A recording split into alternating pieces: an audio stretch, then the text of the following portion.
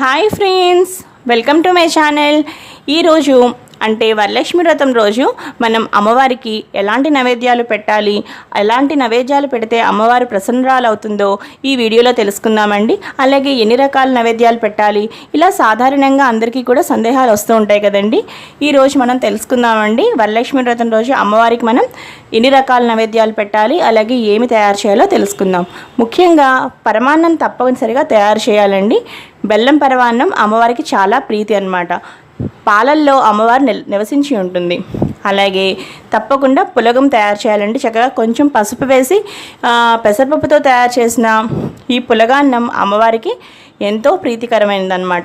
ఈ పులగం కూడా తప్పనిసరిగా పులగం పరమాన్నం తయారు చేయాలండి.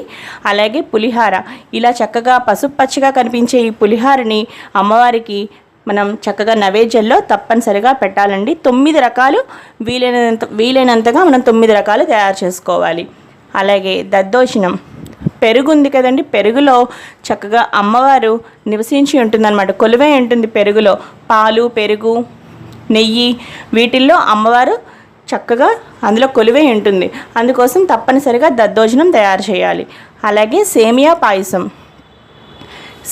పాయసం చక్కగా పాలతో తయారు చేసిన పదార్థం కాబట్టి చక్కగా అమ్మవారికి మనం సేమియా పాయసం కూడా తప్పనిసరిగా చేసి పెట్టాలి. ఈ 9 రకాలు చేయలేని వాళ్ళు 5 రకాలు, 3 రకాలు కూడా చేసుకోవచ్చు. అలాగే సున్నుండలు కూడా చక్కగా చేసి పెట్టచ్చండి. ఎందుకంటే సున్నుండలు మనం నెయ్యితో తయారు చేస్తాం కదా, నెయ్యి, పాలు, పెరుగు వీటిల్లో అమ్మవారు తప్పనిసరిగా కొలువై ఉంటుంది. అందుకోసం మనం సున్నుండలు నెయ్యితో తయారు చేసిన ఏ పదార్థమైనా మీరు అమ్మవారికి పెట్టచ్చు. అలాగే రవ్వ లడ్డూలు, ముఖ్యంగా రవ్వ లడ్డూలు తయారు చేసేటప్పుడు మనం కొంచెం ఆవు పాలతో, మనం ఆ పచ్చి ఆవు పాలతోటి చక్కగా ఈ రవ్వ లడ్డూలు తయారు చేయాలండి. నీరు మాత్రం యాడ్ చేయకూడదు. మనం చక్కగా పచ్చి ఆవు పాలతోటి మనం తయారు చేయాలి. పూర్ణం పూరీలు తప్పకుండా నైవేద్యంలో ఉండేలా చూసుకోండి. పూర్ణం పూరీలు అంటే అమ్మవారికి చాలా ఇష్టం అనమాట. ఈ 9 రకాలు తప్పనిసరిగా అమ్మవారికి నైవేద్యం పెట్టాలండి.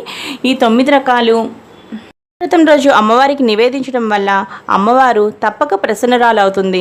అలాగే వరలక్ష్మి వ్రతానికి సంబంధించిన వీడియోస్ కోసం నా డిస్క్రిప్షన్ బాక్స్ని తప్పకుండా చెక్ చేయండి, లింక్స్ ఉంటాయి అక్కడ. వీడియో మీకు నచ్చితే తప్పకుండా లైక్ చేసి సబ్స్క్రైబ్ చేసుకోండి.